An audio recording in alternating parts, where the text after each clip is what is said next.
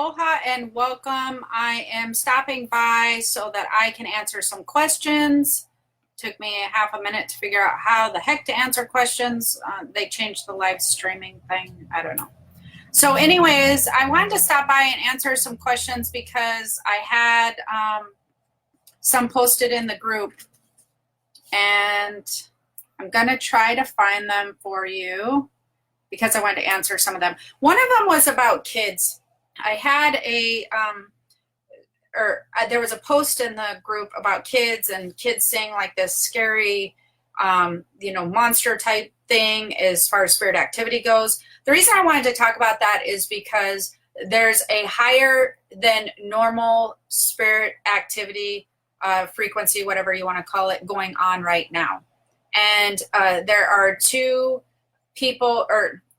categories of people who are very susceptible to seeing and hearing a lot of spirit activity recently, and that's going to be kids and it's going to be animals. The other thing about this, though, is when you find that your children are, seeing like very scary spirits or whatever, that's something that you kind of want to, or like a beast, I think is what somebody said. They're not actually seeing what would be considered like a beast or something scary. That's potentially your interpretation of it, and then it starts to freak them out. But kids can see spirit animals, and they can see sometimes not very clearly as well. So you may have a child who's seeing maybe a spirit that they're not seeing very clear, and so they're unsure of what they're seeing. And I can tell you, for a lot of children, it freaks them out if they see any type of spirit that they don't think anybody else can see, and or if they see a spirit or spirit animal that's technically not supposed to be in their house. As you can imagine, same with animals. Animals do not like to see other animals or people in the house who they don't know. So if you think about it, that's probably just not a bad thing. However, if you find that your children are seeing something that they feel like is scaring them, you want to reverse that back a little bit and just be like, you're totally protected. It's okay. It's probably more like a spirit animal or someone watching over you, and then they'll calm down, and then they'll actually tune in better instead of trying to tune in out of fear. And when they tune in out of fear, their brain doesn't translate what they're seeing spiritually very well. It starts grasping onto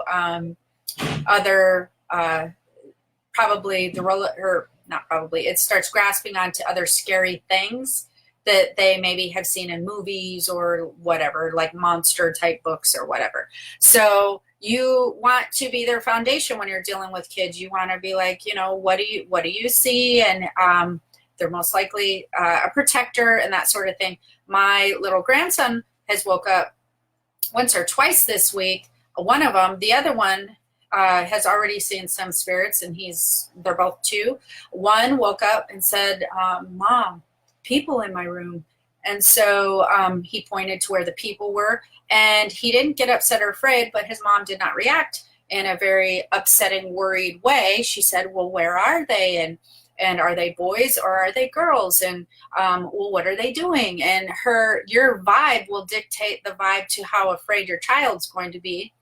And when you allow them to be experiencing what they're experiencing without fear, they tune in clearer. And when they tune in clearer, it's a more calming experience, and they get a more accurate picture, if that's what I'm trying to say. So it's not that you have a beast running around your house.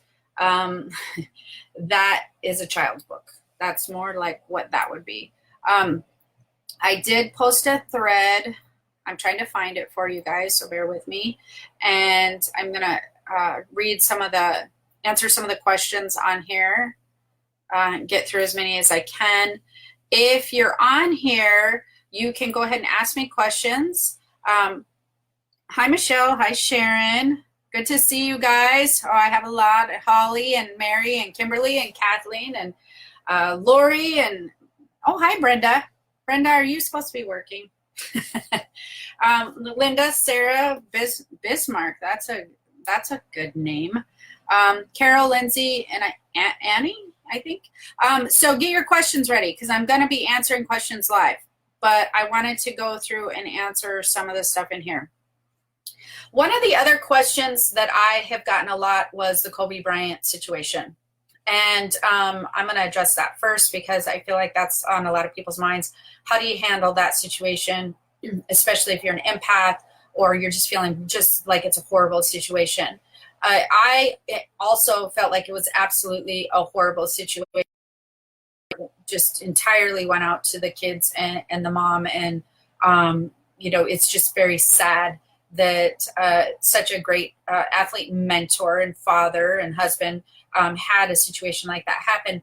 But when that happens and I'm tuning into it, I see it in their charts. And so that's where I have to be trusting that when he created his chart, and when you have guardian angels and spirit guides and everybody kind of involved in that chart, I can't really question what happened. I can be sad for them, sure, but somewhere it was written in his chart, and that was before he had come down. Would he have made that choice probably while he was down here? No, but that's why we don't write our charts when we're down here, because when you're on Earth, you would write a completely different chart than you would before you're incarnated on Earth. And that's why we write our charts beforehand, because we have a whole different perspective when you're writing it from a spiritual standpoint and the things that you want to achieve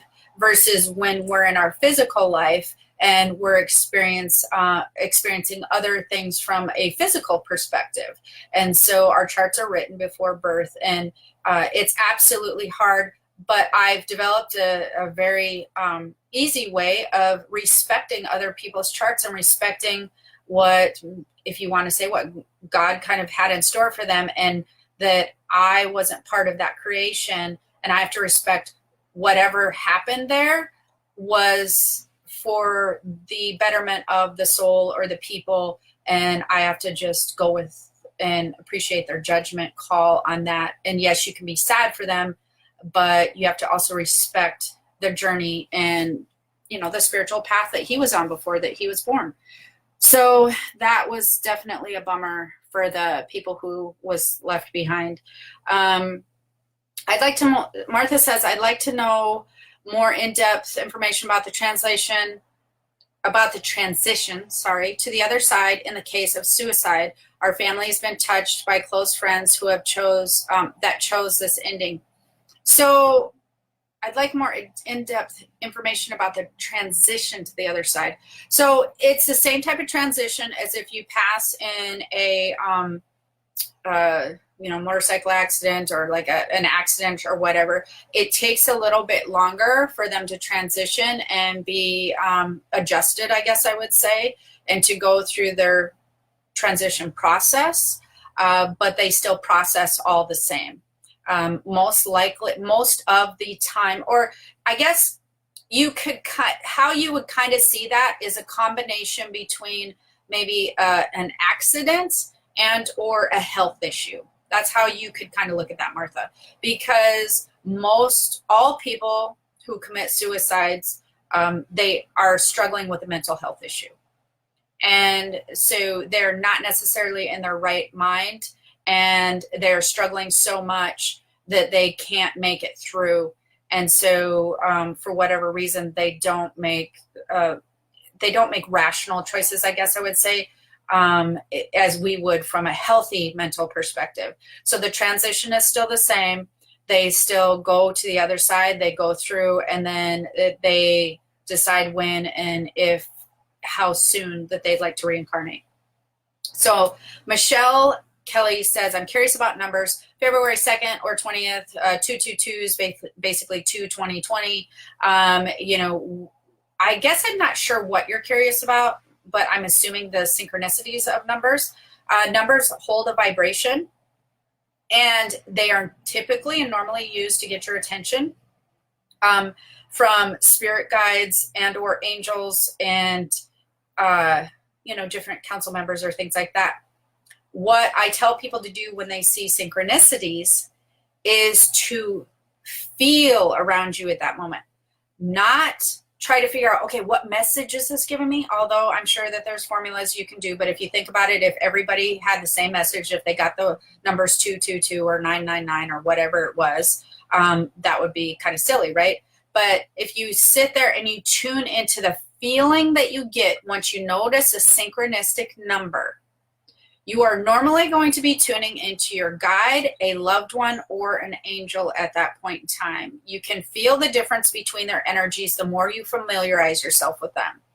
I actually will teach you how to familiarize yourself with the weight and the position and all this to be able to differentiate and categorize energies in my spirit communication class. So if you're interested in that, definitely sign up when that's ready. But anyways, you want to stop and feel the energy. And you want to start familiarizing yourself with that energy, because it will typically be the same person trying to get your attention each time that you're noticing the numbers.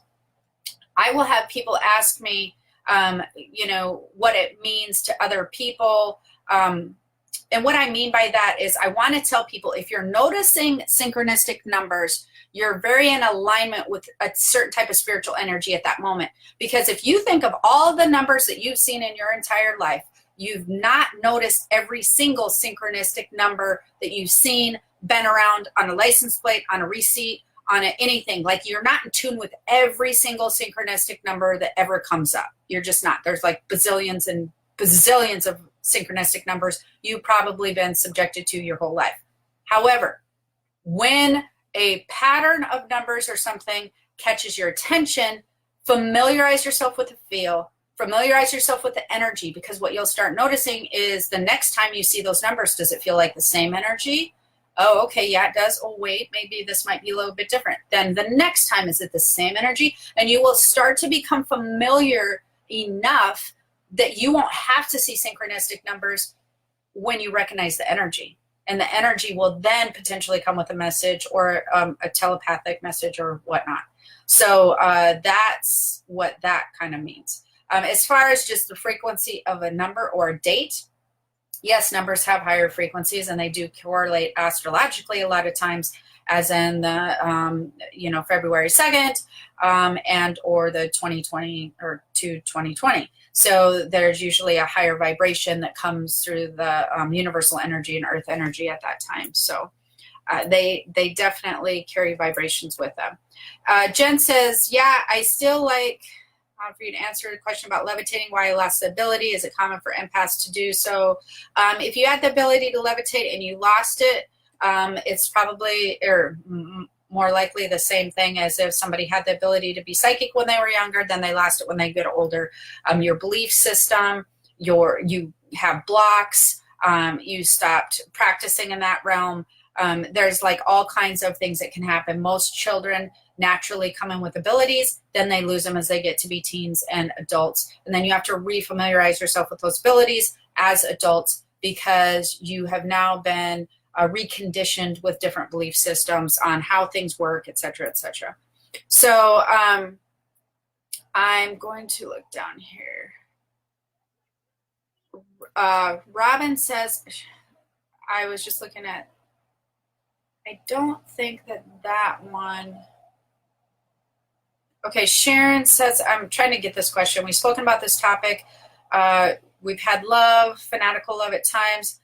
That is ours. We've indicated we had a past life. They're Italy. Hers is Italy. And with all the past lives we've had, what makes that one so special? I'm very curious about how that works. So basically, if you've had other lifetimes and or loved ones, I'm not quite getting this question, Sharon. I'm assuming that you're asking about places that we've lived in other lifetimes and why we're so connected to them. And you're very connected to Italy. Because when you have a really positive, wonderful experience, we have spiritual memory, and that spiritual memory will come up and it will resonate with us when something triggers that memory, such as a picture of Italy or going to Italy, or something reminds you of Italy. We have spiritual memories that are triggered. And if you've had a very amazing life experience in an area, it's going to be triggered. Robin says, I dream frequently. How can I tell the difference between a dream that is working at an issue in my life versus one that is a divine message? Because the one that's a divine message, they're very, very different dreams. Robin, I think that you're in the empath class, and there's a section on dreams that you should probably take a look at too. But basically, working on an issue in your life, those tend to normally be like more random type dreams, because you are being able to see what energetic things you're struggling with. So like if you're dreaming that you're trying to go up a hill, or, you know, in a car, or, you know, there's a storm coming, or just things that have weird random events. You're in a thing full of water and there's a house on the side, and you're floating with toys all around you, you know, very random stuff. That's usually an energetic type dream. A divine message, there you would know, absolutely would know, because it has a different feel to it. You wake up feeling like, whoa, that like kind of freaked me out. And the messages are usually very clear. If it's actually a divine message, you will wake up going, oh, so-and-so is supposed to do this, or I'm not supposed to do that, or everything's going to be okay. I absolutely know, because I got this message. They're very clear messages. They're not chaotic and confusing. So, Joe said something about, I read through this earlier because it was very long. Basically, she was in her bedroom, opened her eyes to see two glowing beings 20 years ago. They emanated a glow. One said she is still needed here. At that statement, I adjusted my head on a pillow to look better at them. They both looked at me with a startled impression, laid there for a week. Basically, a week later, the mother of a friend of her youngest daughter was killed in a horrific accident. My questions were, what were the beings in my bedroom, and did they mean what did they mean by what I heard, and was I chosen to stay here on earth instead of the mom? No, you weren't chosen instead of the mom. You seem to be tuned into two council members having a conversation about, sounds like your life path is what that sounds like. Usually if they're glowing and that sort of, from what you said, it sounds like it was two guides or two council members, but no, they were unrelated to the mom. So that's something that you should probably not carry with you. Oh, I do have questions over here. Just started reading your book tonight. Tiffany says, oh, yay, I hope you enjoy it. What book, Tiffany? And I would like to imagine a lot of us have sensitive hands. Let me just go, how do I communicate with my mother? Stephanie, that's a whole long thing. Usually people have a hard time connecting with their own loved ones. It's harder because you have that wanting to connect with them, and that causes you a lot of blocks. And secondly, you'd have to do a lot of spirit communication training in order to connect with any spirits. And thirdly, it depends on if you have the ability or not the ability to connect with spirits. Now, as far as loved ones go, like I said, I feel like your background, you need a little bit more training in that area. And it's hard for people to connect with loved ones if they're not just completely in belief and open to having that connection. That like how I explain that is, if you just want it so badly, that causes blocks, because it causes you to be very physical then. And what happens when you're working on spirit communication is, you need to be able to tune into the spirit realm, and that causes a certain, or it requires you to have a certain level of detachment when you're communicating with spirits, because you're going from the physical realm into reaching for spiritual information and reaching for a spiritual frequency. And sometimes, or many times, that spiritual frequency is pretty subtle. And what people reach for when they're trying to reach for a loved one, such as a mother that has passed, they're reaching for a very physical frequency, a strong physical energy. And so there's a lot of training involved to learning how to recognize a very subtle frequency, and then to recognize how to tune into that subtle frequency. And then once you learn how to tune into a subtle frequency, the frequency then becomes stronger and stronger. But the other thing that happens when a loved one passes away is you question yourself. I found that more often than not, loved ones are leaving signs and signals and even telepathic messages to you. And most of the time, I find that people dismiss it. And they go, oh, that it couldn't have been, or I'm not really sure, or, it's probably something else. So a lot of times they tend to dismiss it. So that's just a hard one in general. There's a lot of training and practice that goes on there. And after you've trained and practiced in the form of spirit communication, you're more familiar with subtle energies. You're more familiar with how the messages are delivered, because they're delivered very differently than a lot of people think that they are. And then you have a heightened ability to tune in. So sadly enough, a lot of people block connecting in with loved ones because they just want it so badly, and they're expecting it to happen in a very specific way. So now we're going to get down to Colleen. When two people die together, as in a car accident, do they see each other right away in spirit form, or do they die and go their own way? Usually they'll see each other right away after they go through the processing and, stuff that they got to do. A lot of times you are still connected with the loved ones that you were connected with here on Earth, because you've also been connected with them in other past lives. Not often, depending on the people and the connection, I guess, but not often are you just like, yeah, I don't want anything to do with you, and you don't really see them in the spirit realm. You very much have relationships with them, usually in the spirit realm, as you do in the physical realm. Doesn't matter if it was an accident or like a natural thing or whatever. Dolores says, I love reading all your posts. My question is, I'm curious about triple numbers. I see them all the time. Also about spiritual awakening. I'm not really sure. I don't know what the spiritual awakening question is, but I think that we covered the numbers thing, and thank you for enjoying the questions. Joriana, I hope I didn't mess that up. I'm curious about seeing spirit animals. Is there something significant about them? I usually see them before I fall asleep or in dreams. I have seen a bull and a dragon on more than one occasion. I don't know if you mean significant about the bull and or the dragon, or just seeing spirit animals. But I think that there's something significant, because spirit animals are your protectors.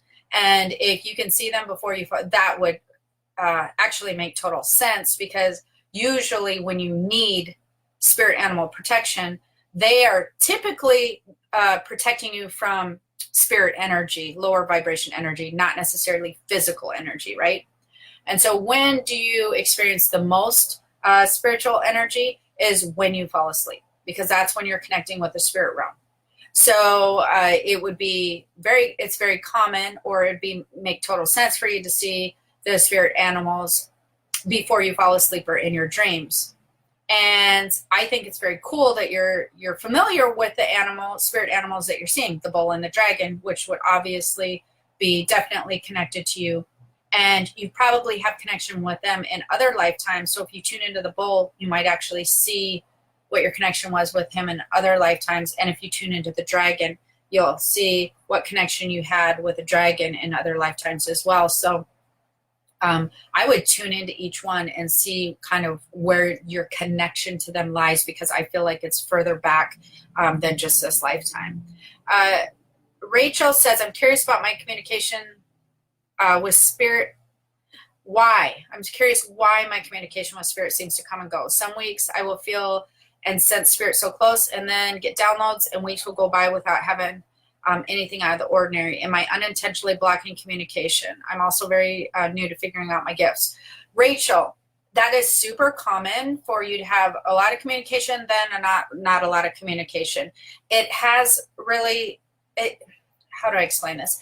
It's more about your training and what you're doing. Like it's not, spirit communication is not about, oh, all of a sudden I'm just receiving information. It's also about focusing and tuning in. Okay. So having spirit communication and psychic abilities is a little bit different than having an empath ability, for instance. An empath ability, that is going to be on all the time. It's hard to have a turn on, turn off switch. It's just going to go without you. When it comes to spirit communication and when it comes to psychic gifts, there has to be a more focused energy going on your part. And so first you have to be usually intentionally focusing, or have practiced it enough that you are aware of the physical responses that you're having when you tune into your psychic senses and when you tune into your spirit communication. Now, how do you become aware enough that it's happening without having to focus upon it? Well, two ways. One, you're born with it, and that just was the way you stayed and you didn't outgrow it. Or two, you've practiced it so much that you're just familiar with it in a millisecond. So, like for me, for instance, I was born with it and it never went away. And I've practiced it so much, I understand what's going on way quicker than like just normal. Now, I'm more familiar with spiritual senses and energy than I probably am with physical energy, because it's just something that I'm the most tuned into. So there's inconsistency most likely in training and or your awareness of how it feels and how spirit connects with you and how it communicates with you. And by spirit, I mean loved ones that have passed over, or spirit, any kinds of spiritual energy, angels, guides, council members, animal spirits, all of those things. If you truly want to connect in with spiritual energy in a more consistent manner, you absolutely 100% have to have training and familiarize yourself with it just so consistently that you're just, it triggers, you're aware of it just when it's happening. You're just, it grabs your attention. I am so aware of the feelings that I get in the body when my psychic senses kick in, and when a spirit's around, that it's just, I don't even think about it. I know the difference between my physical senses and my spiritual senses. And that's where people get confused, is they don't train in that aspect enough that they can differentiate the business. Truthfully, most people feel spirit communication as physical sensations. It's very interesting. So that's where the training comes involved. That's where, you have more consistency and that sort of thing. So you guys go ahead and put your questions in, because I think I'm at the end of what people are saying, except for I was getting ready to answer something over here. And then Eileen says, is anyone else struggling to keep their vibration high this week? I'm not sleeping. It doesn't help. Bad mood, blah, blah, blah.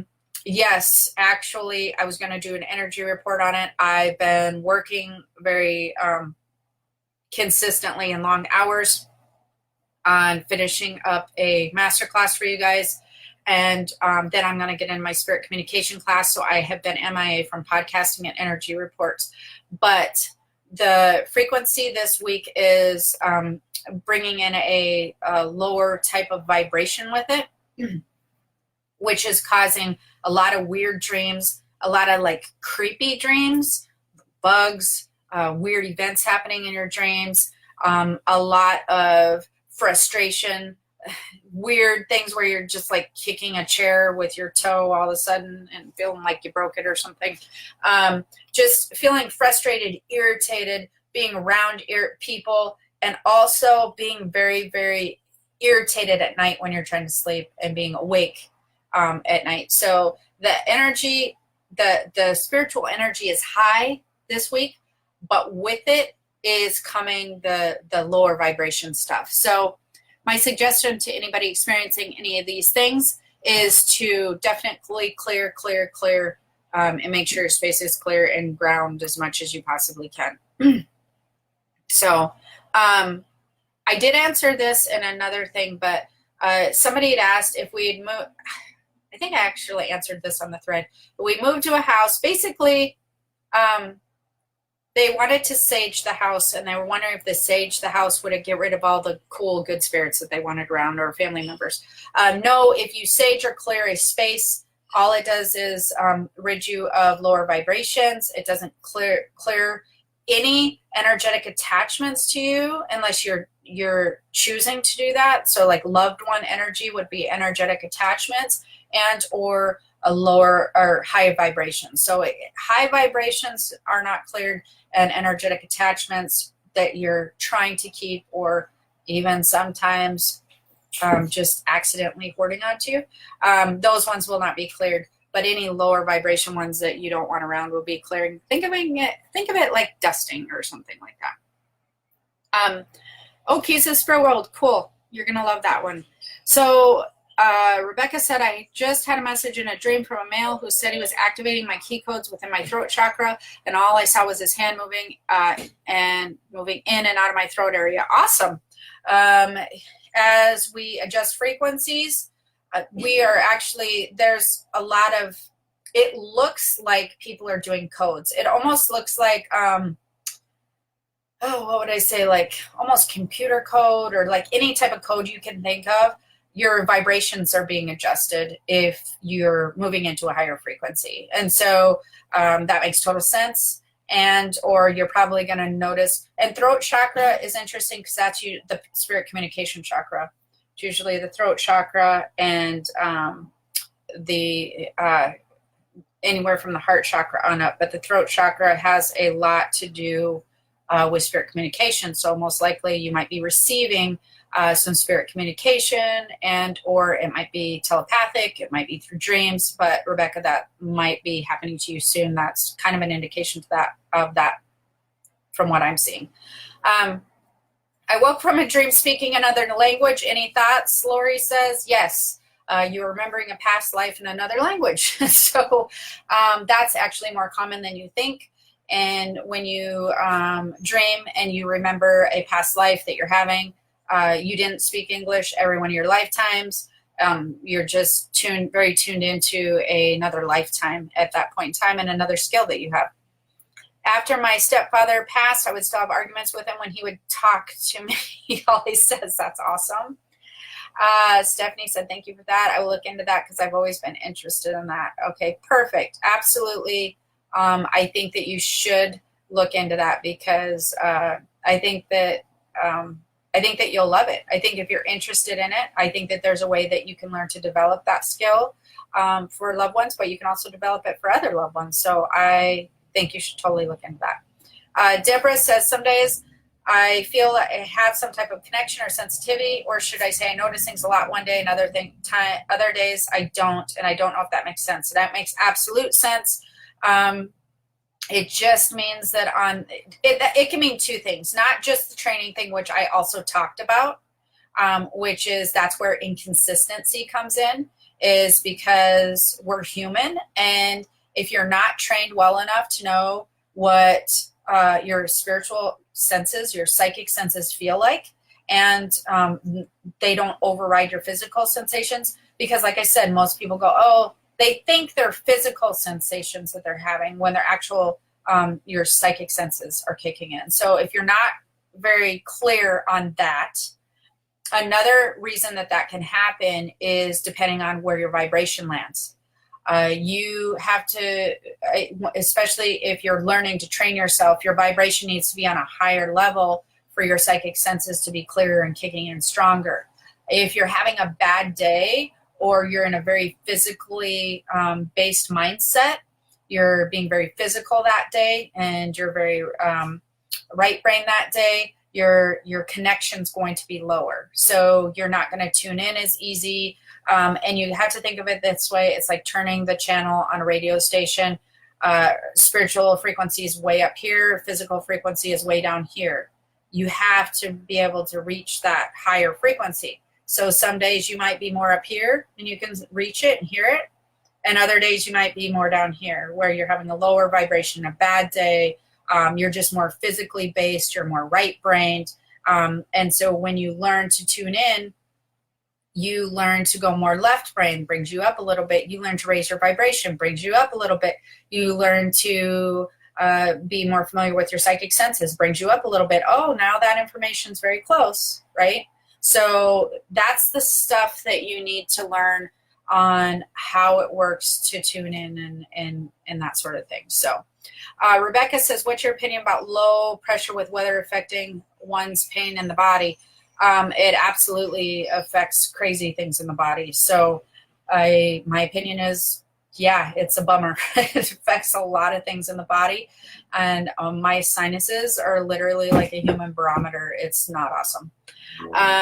So Brianna says, hi, things have been making me angry lately, and I'm normally a calm person. Is that normal? Well, not necessarily, but it is when we have a very aggressive energy wave come through. So we've been having a very aggressive energy wave coming through this last week, and it's causing a very aggressive, choppy, just tense energy to be going around everybody, right? It's flowing in and around all things. It's moving through like a weather pattern, and as it's moving through, it moves through us, right? So as it moves through us, we're just like, okay, I'm very irritated. You read and feel that energy unless you're allowing it to pass through. And let's face it, sometimes it just doesn't pass through as quick as we want it to. So the thing is with energy waves is if you find something happening that's out of character for you, especially usually when it comes to frustration, feeling sad, feeling upset, feeling down, who cares if it's positive, because you just ride that wave all day long, right? Like, just who cares? Don't question it. Just keep it going. But if you're feeling the ones that are not matching your normal higher vibe, positive personality self, 9 times out of 10, if it's not, situations you're around, it's actually an energy wave that we're experiencing. It's a weather pattern energetically that is floating through. Why that's good to know is because you can go, okay, I need to make some adjustments here because this is not me. So I need to adjust the energy around my space. I need to clear my space. I need to do some grounding. I need to check myself on my perspective and make sure that I'm not adhering or subscribing to this frustrated pattern. And basically what my family says, my son-in-law, which is so funny, I need an attitude adjustment. When we notice an energetic pattern moving through that doesn't match our normal positive self, we always say that we need an attitude adjustment, and we consciously make an effort to not tune into that frequency. And you can, it's just more of an effort when it's like kind of like flowing through you through the week, right? But at least then you don't subscribe to it and you don't own it as part of your vibe, right? You allow it to move through you instead of going, okay, I'm going to hold on to you. Is there a way to know how many past lives I've been through? Yes, there is. That is a reading, however, but it's been many. But yes, any reader can kind of walk through your past lives with you. Jamie, replying to Erica, Jamie Johnson says, I'm also curious about this. Is there a way to learn when we've lived? Yeah, there's actually ways to learn. You can dream about it. Places that I can give you a very simple trick without doing a reading. And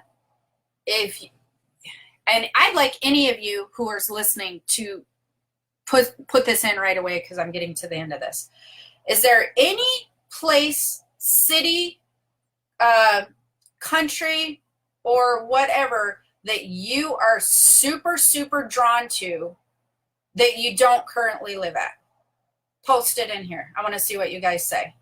Is there any place that you're just like, oh my gosh, I love it there, or I am so want to go there? If I won the lottery, I would totally go to Italy, or I would totally go to Greece. Like, what in your heart's desire would be the place that you just love, you go to as much as you can, or you just desire to go there so much? Post it in the comments. I want to see.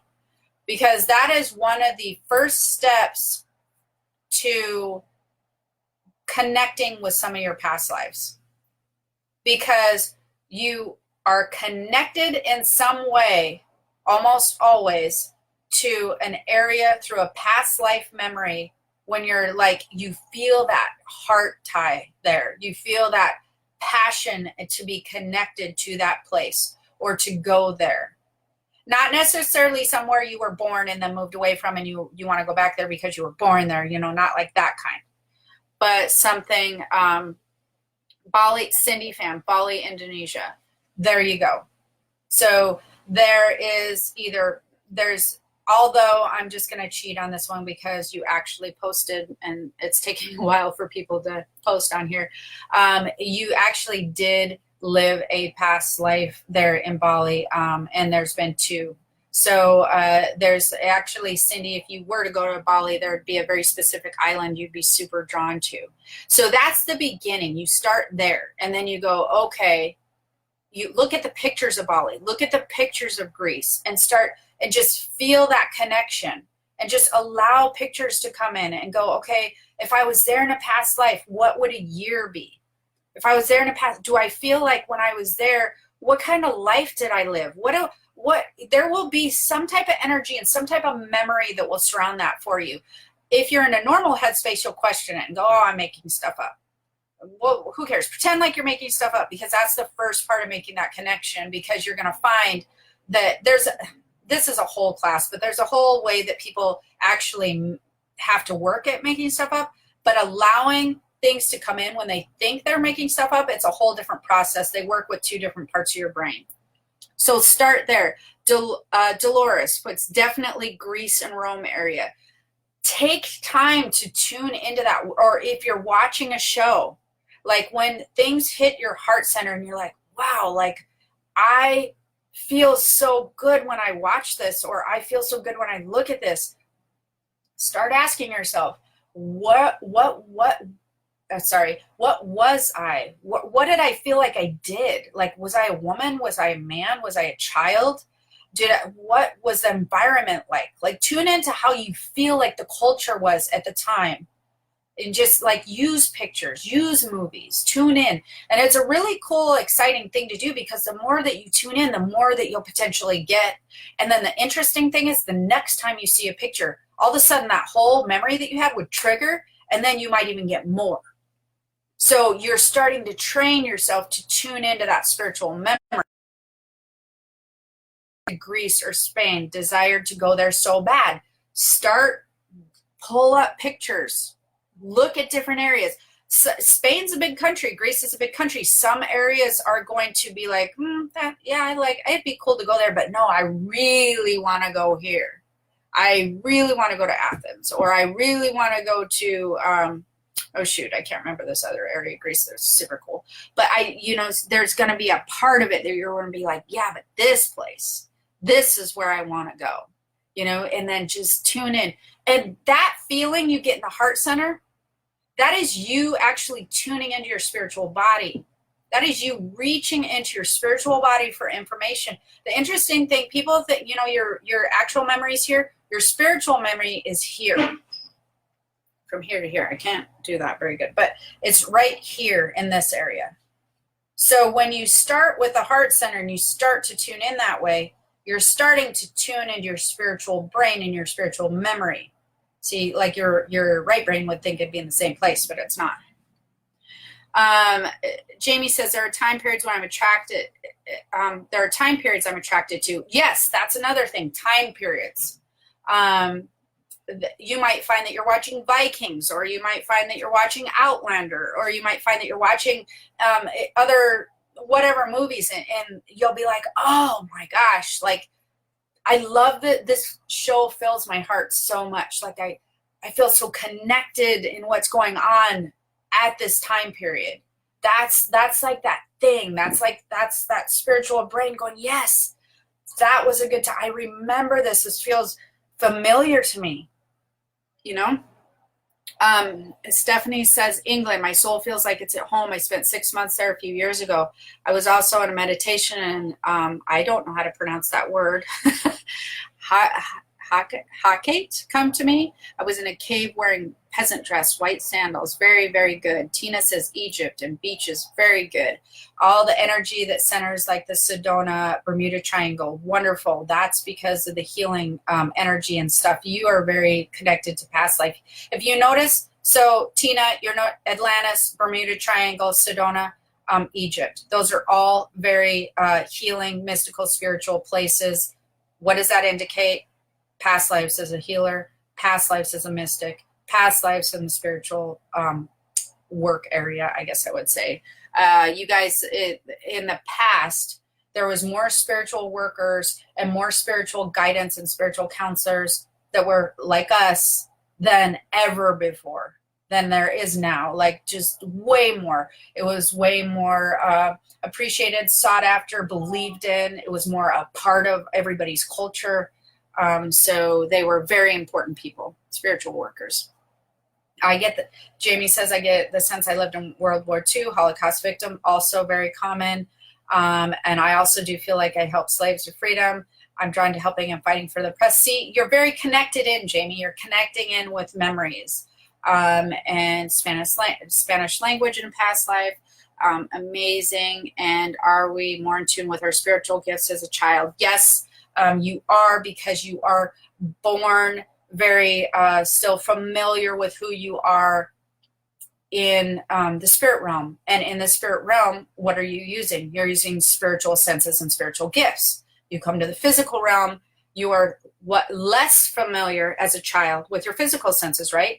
Ooh, you have to teach your children, oh, don't touch that, it's hot. You have to teach your children what to do when they get cold. You have to teach them what it means when they're hungry, what it means when they're full. They have to learn the sensations of feeling hungry, feeling full. They have to learn how to walk and use their feet and their balance, all their physical sensations they are not familiar with.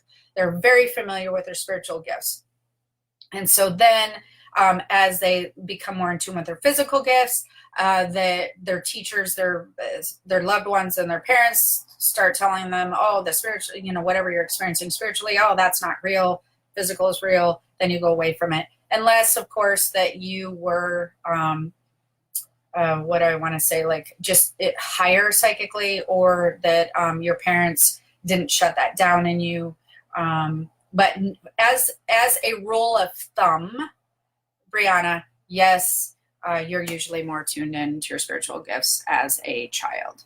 So anyways, Ava says Egypt, Bermuda Triangle, Tibet, or Ava, I believe. Sorry, Ava, if I didn't pronounce your name right. Again, those are all very healing points. And so that's a very good indication of past life spiritual worker as a healer or spiritual worker. I hope that you guys enjoyed the Q&A, live streaming, that sort of thing. I got to as many questions as I could. Definitely keep going on the past life thing. You guys are on it right now. I'm definitely feeling the vibe. You're tuning in. You're getting it. It's going to bring forth a lot more information from you. Keep practicing it. Keep doing it if you're interested in it. Those of you who are interested in the spirit communication class, or spirit communication, it's not going to be for a few months or whatever. But when that comes up, there's going to be some really good stuff in there. So definitely make sure to check that out, because I always do the really good price at the beginning for my people before it goes live to the public. So I hope to see you next time soon. Have the most amazing night. Aloha. Bye.